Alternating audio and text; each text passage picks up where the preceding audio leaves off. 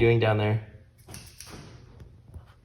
What is going on, everybody? We have been MIA for a little bit, but that is because we have been super swamped at the shop, which is good with everything going on. So tonight we are actually doing a install on the back of this, and we are going to be running chevron stripes down the roller door and the two panels. This is printed reflective. First we did the removal. We had all the lights and hardware removed, and then I hopped over into Illustrator and made a template of not only the roller door and the space and all the gaps, but also for the sides. So we're gonna be doing two solid pieces, left and right. We'll do one bar up top, and then each individual slat will actually get its own printed panel, which has its inset so that you don't get any lifting, and we're also not cutting on the paint of the vehicle, which is nice, keeps everything super sharp and clean.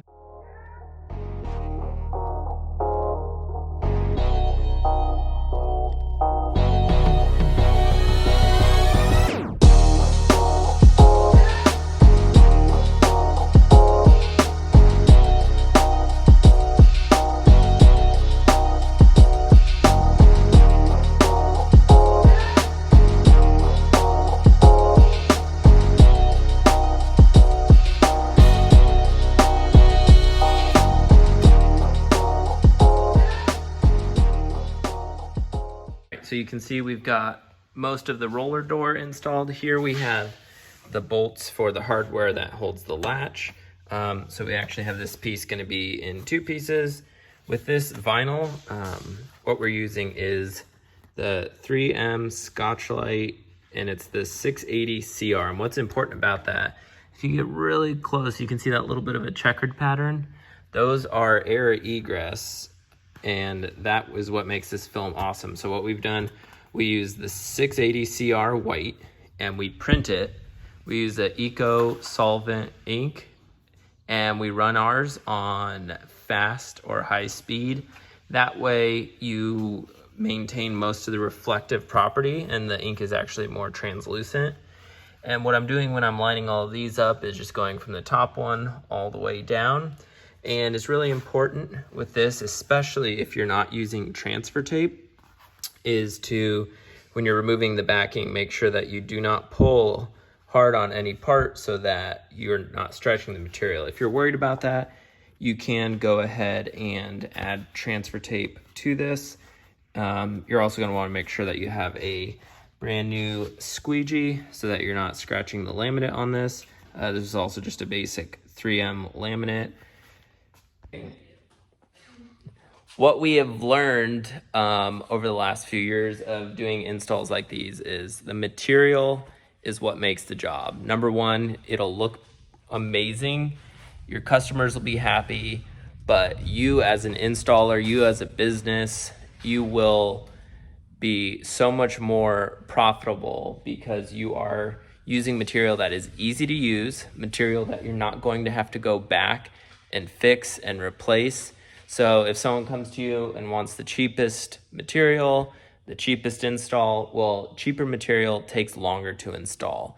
Cheaper material is harder to work with, and they're not going to be happy with it. So when people get upset or worried as a print shop and you're like, oh my gosh, but that roll of 3M is so expensive. It doesn't matter what the cost of the material is. If you're bidding your jobs correctly, and that's in any industry, know your costs, know what your profit margins want to be, and you add that on top.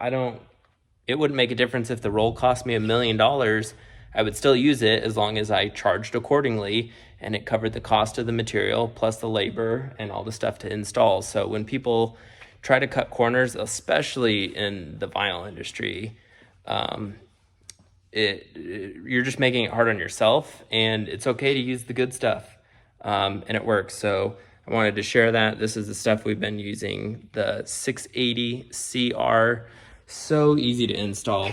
And if you'll see, like in some of the videos, like when you go back and just press, like any air stuff is coming out. And for reflective film, that's just huge as far as being able to install, position, and get everything set up and good to go. Also, before you laminate, make sure you wait and let your stuff off gas before you go ahead and do that. That'll make sure it's a lot better.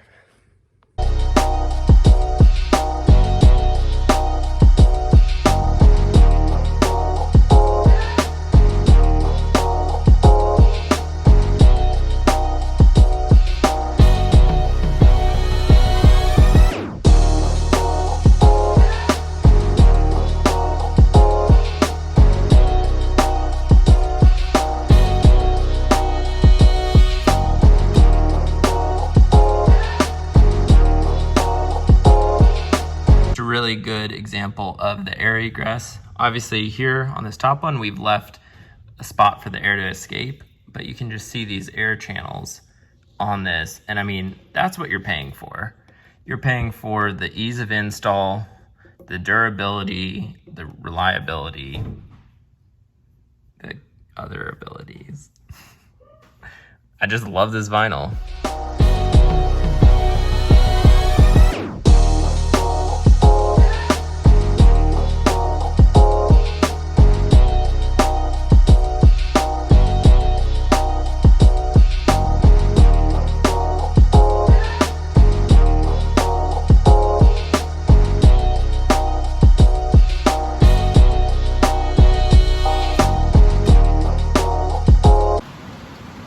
So here we are at the bottom. You can see, even without transfer tape, we've been able to keep this line nice and straight.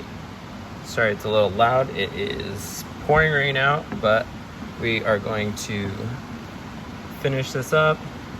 See, like this is what I'm talking about, where the air egress comes in great. Obviously we have a cutout here for where one of the lights goes, but if you have a spot like this, all I do usually, you'll see sometimes I go left and right with the squeegee, cut that line, and I mean, it's just like perfect how it can drop it all down and in, and then you can just go back over, and then you're good. Now these are also gonna get light rings, so these screw holes will actually be cut out. This outlet, you're able to just move this up. This right here, this rougher area is older adhesive. So we're actually putting a sticker or plate on top of this for a no step. But yeah, just like that, all of these bumps come out, and this is probably a 15-year-old vehicle. So most times you have a nice smooth surface to start with. We didn't have that, but came out awesome. You can see these rivets. We're going to work the material in and cut those out. That way there's no tension on that, and we'll be good to go. To know if you were pulling too hard on your material or not is down at the bottom. If you have a straight line, then that shows that you had just the right amount of tension the whole time. You didn't overstretch the material. Obviously we had a nice flat surface to go on, and that's gonna be a wrap. What do you think? It's pretty sweet. All right, so that's gonna wrap up the back of this vehicle. It is now set to go. All the holes are cut out for the lights and the hardware to go back onto it, so they will go ahead and get that done. And it's now 10 o'clock, so we are going to head out, and we will see you guys next time.